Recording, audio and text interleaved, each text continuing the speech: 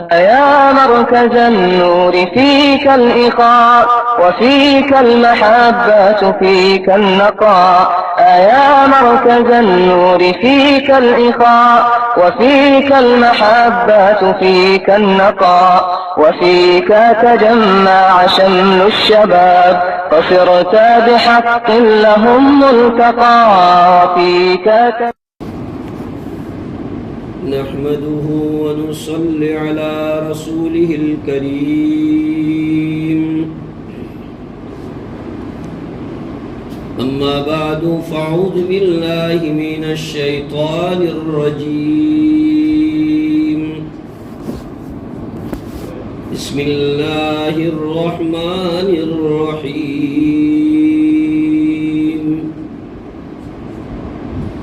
وافعلوا الخير لعلكم تفلحون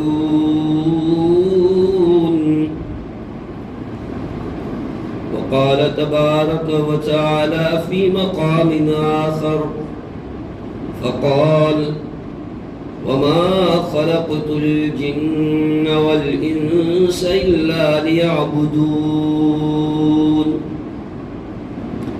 صدق الله مولانا العظيم وصدق رسوله النبي الأمي الكريم اللهم صل على سيدنا ومولانا محمد وبارك وسلم.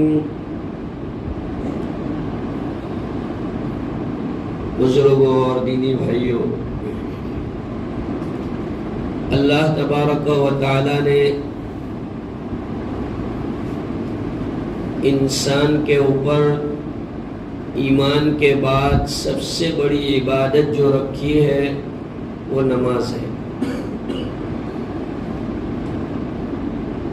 اللہ پاک نے فرائض یہ انسان کی ڈیوٹی بنائی ہے کہ فرضوں اور واجبوں کو ادا کرنا یہ انسان کی اس کی ڈیوٹی ہے، لیکن انسان ہے فرضوں کے اندر کوتاہی کمی رہ جاتی ہے۔ اس کمی اور کوتاہی کی تلافی اور بھرپائی کے لیے اللہ نے سنتیں اور نفلیں رکھی ہیں۔ سنتیں اور نفلیں، اس سے ایک تو آدمی کے فرض میں جو کوتاہی کمی آئی وہ پوری ہوتی ہے، اور دوسرا یہ کہ سنت اور نوافل کی پابندی سے بندہ اللہ کا مقرب، اللہ کا نزدیکی بن جاتا ہے۔ حدیث پاک میں ہے، اللہ پاک کا خود ارشاد ہے، حدیث قدسی اللہ پاک فرماتے ہیں کہ بندہ نوافل کی پابندی کرتا رہتا ہے یہاں تک کہ میں اس کی آنکھ بن جاتا ہوں، میں اس کا کان بن جاتا ہوں، میں اس کا ہاتھ بن جاتا ہوں، میں اس کا پیر بن جاتا ہوں۔ مطلب کیا ہے کہ جب بندہ بہت زیادہ نفلیں پڑھتا رہتا ہے تو اللہ اس کے اس اعضاء کی حفاظت کرتے ہیں، اس کے یہ اعضاء غلط استعمال نہیں ہوتے۔ اس کو اللہ نے فرمایا کہ میں اس کی آنکھ بن جاتا ہوں، میں اس کی کان بن جاتا ہوں، یعنی آنکھ سے وہ غلط نہیں دیکھتا، کان سے غلط نہیں سنتا، ہاتھ سے غلط نہیں پکڑتا، پیر سے غلط چیز کی طرف چل کے نہیں جاتا۔ یہ مطلب ہے اللہ تعالیٰ کے بن جانے کی۔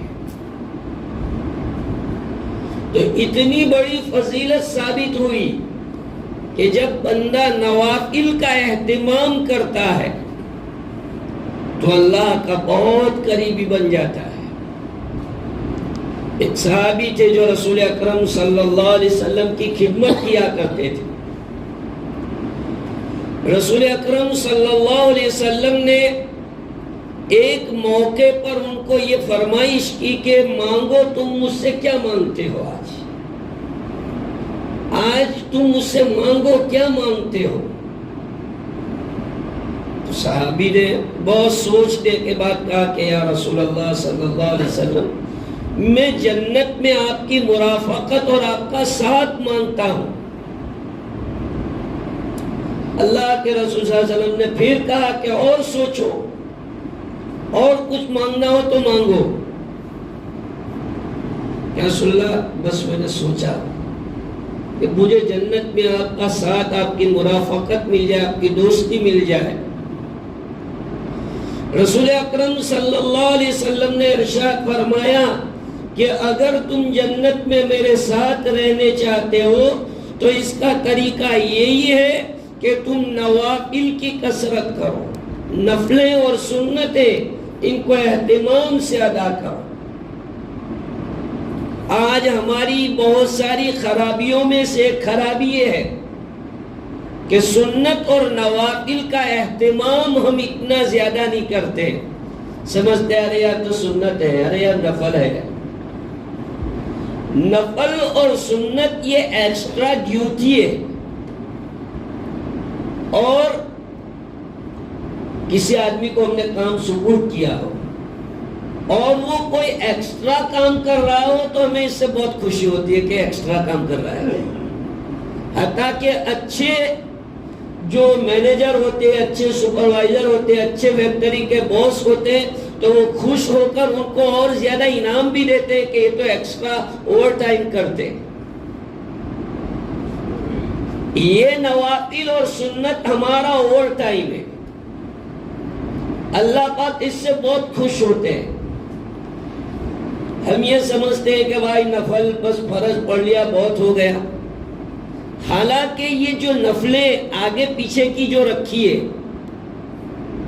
وہ نفلیں اس لیے رکھی ہے کہ آدمی اپنا ذہن فرض پڑھنے کے لائق بناوے، کیونکہ سیدھا باہر سے آ کے کھڑا ہو جائے گا تو باہر کی جو ایکٹیویٹیز ہے وہ ذہن میں آ کے فرض میں اتنا دھیان پیدا نہیں ہوگا۔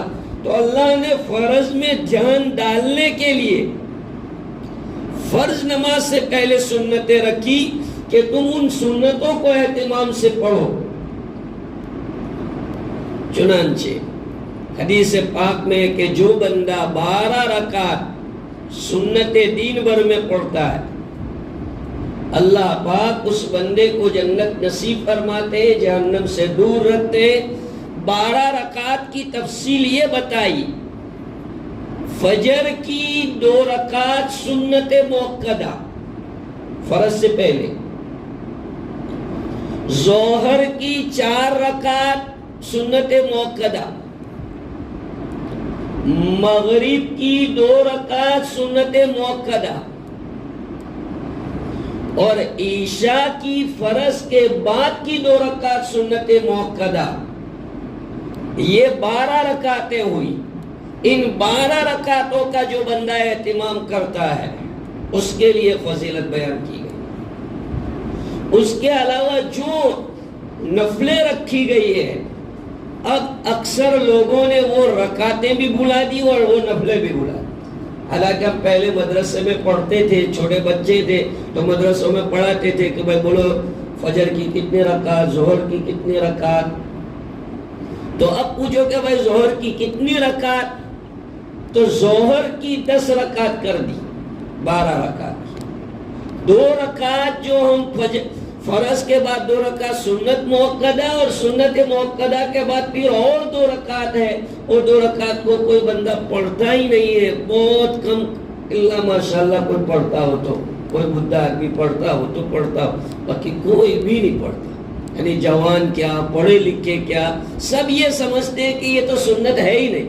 حالانکہ بھائی 12 رکعت جب پڑھایا گیا، بتایا گیا کہ کتنی رکعت، جیسے بھائی جمعہ کے اندر پوچھو کہ بھائی جمعہ کی کتنی رکعت، تو 14 رکعت ہم جمعہ کی پوچھتے ہیں کہ جمعہ کی 14 رکعت۔ تو اب آپ پوچھو کہ بھائی 14 رکعت برابر آپ پڑھ کے جاتے ہیں؟ 14 رکعت کون پڑھتا ہے پوری؟ اس کی کیا تفصیل ہے 14 رکعت پڑھنے کی؟ ایسے مغرب کی پوچھو بھائی مغرب کی کتنی رکعت، 5 رکعت، 3 اور 2 5۔ حالانکہ مغرب کی 7 رکعتیں ہیں، لیکن اللہ ماشاءاللہ کوئی بندہ ایسا ہوگا جو 7 رکعتیں پڑھتا ہوگا، وہ 5 ہی رکعت پڑھتا ہے۔ ایسے عیشاء میں پوچھو کہ بھائی عیشاء کی مدرسے میں ہم نے پڑھی تھی کہ 17 رکعت، مولانا پڑھاتے تھے کہ بھائی بولو عیشاء کی بیٹا کتنی رکعتیں ہیں، تو بچے کہتے ہیں 17 رکعتیں۔ اب پوچھو کہ بھائی تم عیشاء کی کتنی رکعت پڑھتے ہو، تو کتنی رکعت بتائے گا وہ؟ 9 رکعت۔ 9 رکعت، 4 فرض، اس کے بعد 2 اور وتر 3، 9 رکعت۔ تو دوسری کہاں چلی گئی؟ 17 کے بعد جو 17 رکعتیں تھی تو 17 کی 9 کیسے ہو گئی؟ یہ جو نفلیں ہیں غیر موقدہ جس کو ہم کہتے ہیں، تو وہ کوئی فالتو نہیں ہے شریعت کے اندر، اس کا بھی درجہ ہے۔ اس لیے سنتوں کا اور نوافل کا اہتمام آج ہمارے اندر نہیں ہے۔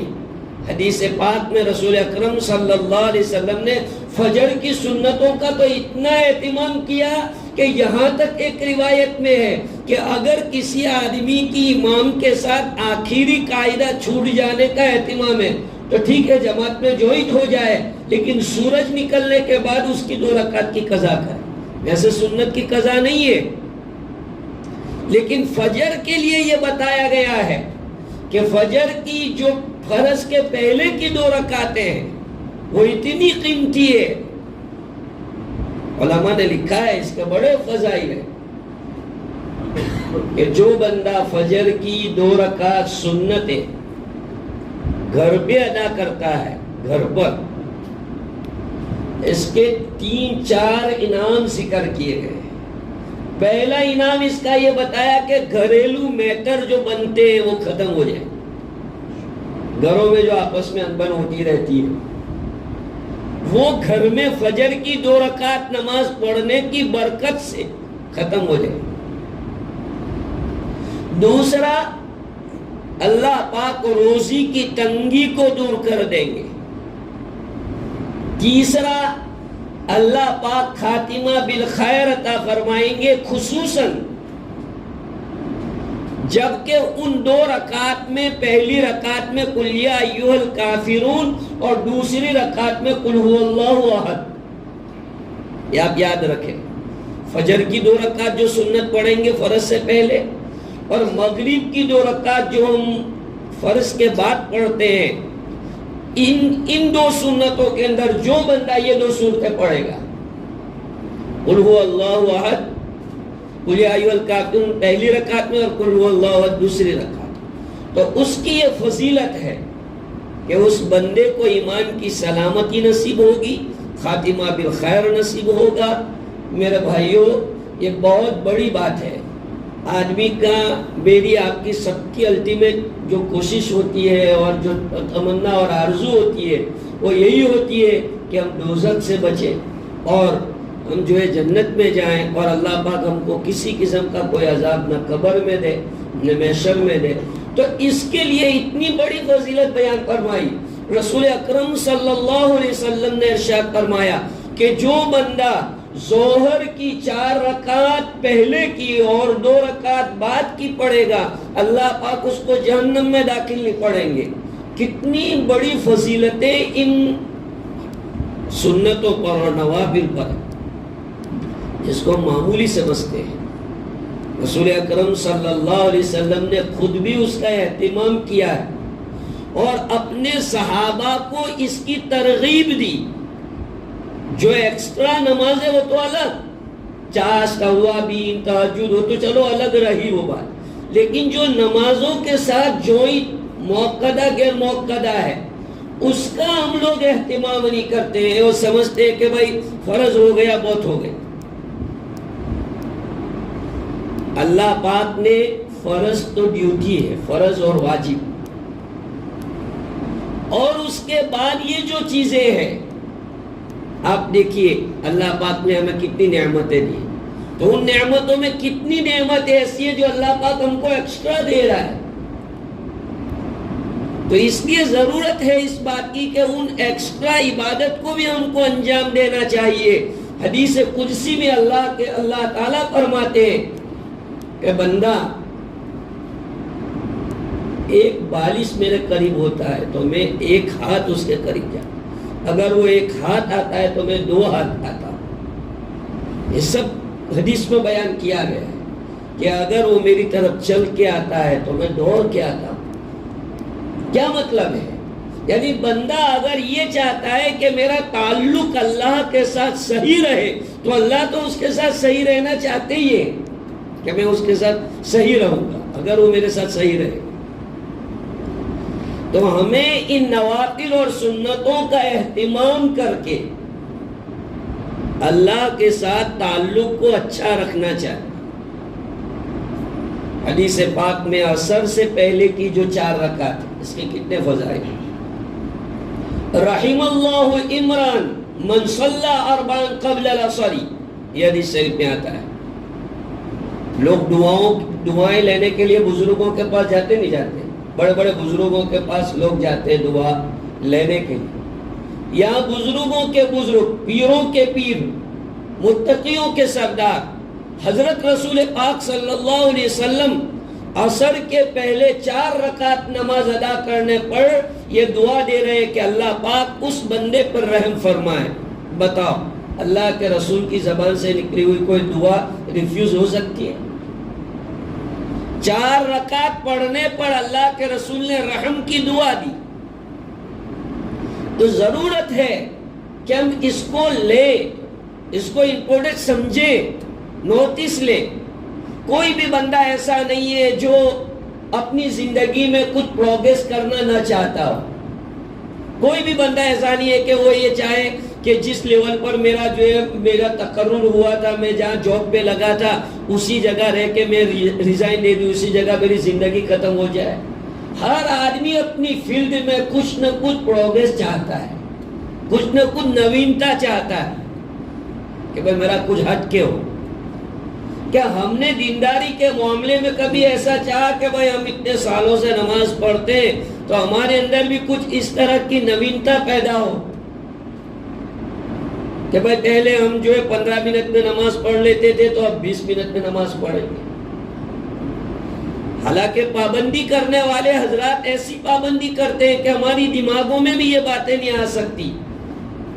بہت مشہور واقعہ ہے حضرت بختیار کاکی رحمت اللہ علیہ کا، دہلی کے بہت بڑے بزرگوں میں سے ہے بختیار کاکی رحمت اللہ علیہ، بہت بڑے اللہ والوں میں سے۔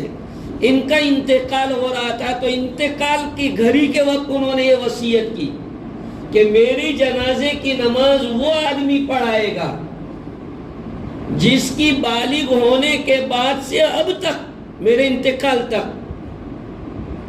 عصر کی 4 رکعت سنت غیر مؤکدہ چھوٹی نہ، بالغ ہونے سے اب تک اس نے بدکاری کے لیے اپنی پینٹ اور اپنی ازار کو اتارا نہ ہو، بالغ ہونے سے اب تک اس نے کسی لڑکی کو ناجائز اور حرام نیت سے دیکھا نہ۔ 3 وصیتیں کی بختیار کاکی رحمت اللہ علیہ۔ جنازہ ہو گیا تیار، اعلان پہ اعلان ہو رہے کہ بھائی حضرت کی یہ وصیت ہے جس کے اندر یہ پوری شرط ہے جس کی پائی جا رہی وہ آگے آئے۔ سارے لوگ، جن سناٹا، بڑے لوگ تھے، تو یہ ایسا نہیں کہ کچھ پورا مجمع تھا، انسانوں کا ایک سمندر تھا، اتنے لوگ جنازے میں تھے، لیکن کسی کی ہمت نہیں کہ حضرت نے یہ شرطیں ایسی رکھی ہے، کون آگے آئے گا؟ بڑے بڑے مولانا لوگ، اللہ والے لوگ، لیکن پھر بھی شرطیں ایسی تھی۔ بہت دیر کے بعد صفوں کو چیرتا ہوا ایک آدمی اپنے سر کے اوپر رومال ہے، حضرت کے جنازے کے آگے آگے زور زور سے رو رہا ہے کہ حضرت راز پاس کر دیا تم نے، راز کھول دیا، آج راز میرا کھل گیا۔ اس کے بعد اس نے مجمع کی طرف خطاب کر کے اپنا رومال ہٹا کے کہا کہ سن لو، یہ ایک راز کی بات تھی لیکن یہ اللہ کا بندہ اس کو ظاہر کرنا چاہتا تھا، اس لیے آج مجھے مجبوراً اس کا اعلان کرنا پڑ رہا ہے کہ الحمدللہ حضرت نے اپنے جنازے کے لیے جو 3 شرائط رکھے ہیں وہ تینوں کی تینوں شرطیں میرے اندر اچھی طرح پائی جا رہی ہے. میں اللہ کو گواہ رہ کے کہتا ہوں کہ جب سے میں بالغ ہوا ہوں تب سے آج تک میں نے بدکاری کے لیے اپنے پینٹ کو نیچے نہیں اٹھایا، میرے پینٹ کو میں نے نہیں کھولا. جب سے میں بالغ ہوا ہوں آج تک میں نے کسی بھی غیر محرم لڑکی کو غلط نگاہ سے، حرام نگاہ سے میں نے نہیں دیکھا ہے. اور میں اللہ کو گواہ رہ کے کہتا ہوں کہ بالغ ہونے سے آج تک میری کبھی بھی عصر کی 4 رکعت نہیں چھوٹی. آپ کہیں گے کہ ہو سکتا ہے نا، اس میں کیا ہے، کوئی خانقاہ کے کوئی بزرگ ہوں گے، کسی درگاہ کے کوئی صوفی ہوں گے. نہیں میرے بزرگوں اور بھائیوں، وہ کسی درگاہ کے صوفی نہیں تھے، کسی خانقاہ کے پیر نہیں تھے، کسی مدرسے کے شیخ الحدیث نہیں تھے. وہ دہلی کے بادشاہ تھے، بادشاہ شاہ شمس الدین التمش. شاہ شمس الدین التمش رحمت اللہ علیہ، جو دہلی کے بادشاہ کے تخت پر بیٹھنے والا آدمی، اس کی 4 رکعت نماز نہیں جاتی. اور آج اللہ پاک 15x20 کی ایک دکان دے دیتا ہے، وہ بیجی 15x20 کی ایک دکان ہے. اس میں اپنے آپ کو سمجھتا ہے کہ میں بہت بیزی ہوں، وقت نہیں ہے، نماز کے لیے وقت نہیں ہے، کھانے کا وقت نہیں ملتا. بعض لوگ تو کہتے ہیں ٹوائلٹ میں وقت نہ کھولتا یار، ٹوائلٹ میں وقت نہ کھولتا. یہ بعض لوگ، اور اتنی بڑی دہلی کی سلطنت چلانے والا سارے مجمع کے سامنے یہ بات کہہ رہا ہے کہ میں اللہ کو گواہ رکھ کے کہہ رہا ہوں کہ میری عصر کی 4 رکعت فرض سے پہلے کی بالغ ہونے سے لے کر آج تک نہیں چھوٹی. یہ کوئی کہانیاں نہیں ہے، یہ اللہ والوں کا ذوق، اللہ والوں کا شوق اور ان کی اللہ کے ساتھ سچی محبت کا ایک ثبوت ہے. یہ دیکھو، جن کو اللہ کے ساتھ سچی محبت ہوتی ہے وہ مسجدوں میں سے بھاگنے کی کوشش نہیں کرتے کہ امام نے سلام پھیرائی، نہ دعا نہ سلام نہ کلام، اور بھاگا بھاگی. ابھی دیکھو امام سلام پھیرتے ہی جیسے کچھ ہو رہا ہے مسجد میں، ایسا ماحول مسجد کا ہو جائے گا کہ جیسے کوئی بازار میں سے کسی جگہ سے کوئی پبلک نکل رہی ہے. بھائی سائلنٹ موڈ، آدمی مسجد میں آوے، مسجد سے جاوے، مسجد میں رہے تو بھی ایسے ڈسپلن سے، اور نماز پوری ہوئی آپ کی اچھی طرح دعا مانگ کے اللہ سے نکلو. جب آپ اپنا کھاتا کلوز کر رہے ہیں تو آپ کھاتا اچھی طرح کلوز کرا کے جاؤ. بینک میں جاتے ہیں تو برابر اے ٹی ایم میں پیسے نکال کے جاتے ہیں تو کیسا برابر کلوز کر کے جاتے ہیں کہ بھائی دیکھو کچھ کھلا نہیں رہ جائے. تو ایسا ہم یہاں سے جا رہے ہیں، اپنا فریضہ ادا کر کے جا رہے ہیں، تو اللہ کے پاس برابر مانگ کے کہ اللہ پاک میں نے اچھی طرح سے تیرا فریضہ ادا کرنے کی کوشش کی، اب کچھ کمی کوتاہی رہ گئی ہو تو معاف کر دینا. حدیث میں آتا ہے کہ بندے کو اپنی نماز آخری نماز سمجھنی چاہیے کہ یہ میں جو نماز پڑھ رہا ہوں یہ لاسٹ میری نماز ہے، اس کے بعد مجھے موقع ملنے والا نہیں ہے. بتاؤ، یاد رکھیں، اگر کوئی آپ کو یہ کہے کہ یہ آپ کی لاسٹ جمعہ ہے، اس کے بعد آپ کو جمعہ ملنے والی نہیں ہے، بتاؤ کتنی اخلاص کے ساتھ آدمی جمعہ پڑھے گا. یہی ہر نماز میں آدمی کو خیال ہونا چاہیے کہ یہ جو میں نماز ادا کر رہا ہوں یہ میری زندگی کی لاسٹ نماز ہے، اس کے بعد مجھے موقع ملنے والا نہیں ہے. اس استحضار اور خیال کے ساتھ نماز ادا کرو گے تو انشاءاللہ اس نماز کے اندر جان آئے گی. میرے اور آپ کے اور پوری دنیا انسانیت کے محسن حضرت مولانا الیاس صاحب بانی تبلیغ نور اللہ مرکزہ، اللہ پاک ان کی قبروں کو نور سے منور فرمائے. حضرت فرماتے تھے، غور سے سنو، حضرت فرماتے تھے اپنے شیخ کے سامنے جا کے کہتے تھے کہ حضرت اتنے بڑے اللہ والے ہیں، کتنے بڑے اللہ کے برگزیدہ بندے، لیکن پھر بھی وہ اپنے شیخ کے پاس جاتے تھے، اپنے بڑے کے پاس جاتے تھے، حضرت کے پاس جا کے کہتے تھے کہ حضرت بہت یہ ہوتا ہے لیکن کیا کروں.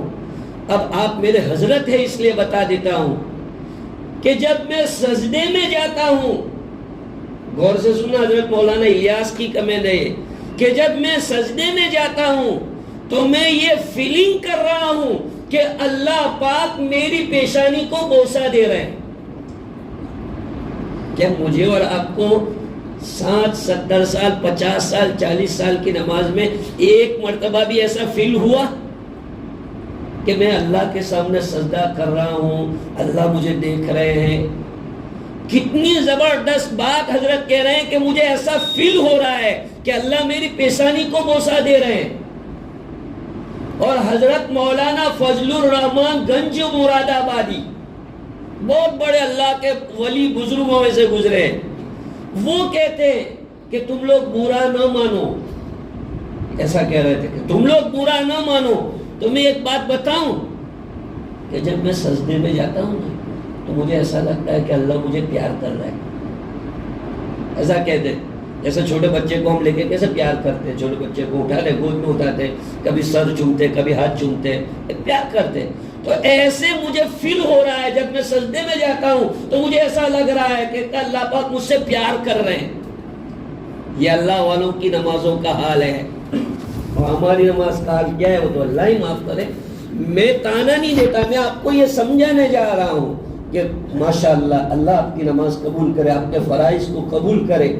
آپ جب قربانی دیتے ہیں, نماز پڑھتے ہیں, پابندی کر رہے ہیں, اس نماز میں جان ڈالو تھوڑی, اسپرٹ ڈالو تھوڑی اس کے اندر, اور اس کے اندر جان آئے گی ایسے بھاگتے بھاگتے جاتے آتے جان نہیں آئے گی. سکون ڈسپلن کے ساتھ آؤ, سائلنٹ موڈ بیٹھو, تھوڑے انتظار میں جماعت کا تھوڑا انتظار کرو. کیا ایسے ٹائم لے کے آؤ کہ تھوڑا جماعت کا انتظار ہو, پھر جماعت چلی جائے, جماعت چھوٹ ہو جائے, پھر اس کے بعد تھوڑی بہت دعا مانگو, پھر یہاں سے رخصت ہو. یہ نماز کا طریقہ ہے. یہ کیا نماز ہوئی کہ امام آئے تو بھاگتے بھاگتے آؤ, سلام پھیری بھاگتے بھاگتے چلے جاؤ. ہاں کبھی کبھار آدمی کو کام ہے, تقاضا ہے, وہ ساری باتیں الگ ہے. کسی آدمی کو استنجے کا تقاضا ہوتا ہے, وہ بات الگ ہے, کوئی کام آ گیا وہ بات الگ ہے. لیکن روزانہ کی اس طرح کی ہیبٹ بنا دینا یہ بہت جو ہے گری ہوئی بات ہے. اللہ پاک میری اور آپ کی وہ طبیعت بنائے, میرے اور آپ کے اندر اللہ پاک نوافل کا شوق اور ذوق عطا فرمائے. وہ تو وہ وقت نہیں ہے, ورنہ میں آپ کو اہل اللہ کے ایسے قصے سنا تھا. باقاعدہ حضرت شیخ نے اپنی کتاب کے اندر فضائل اعمال تعلیم ہوتی ہے, آپ دیکھو اس میں بزرگوں کے کیسے کیسے رات بھر نفل پڑھنے کے واقعات موجود ہے, سمجھے نا. تو یہ اس لیے ہوتا ہے کہ اپنی طبیعت کے مطابق ان کا انوکرن کیا جائے, اپنی طبیعت اپنے ذوق کے مطابق اس پر عمل کریں. اللہ مجھے اور آپ کو عمل کی توفیق عطا فرمائے. وآخر دعوانا الحمدللہ.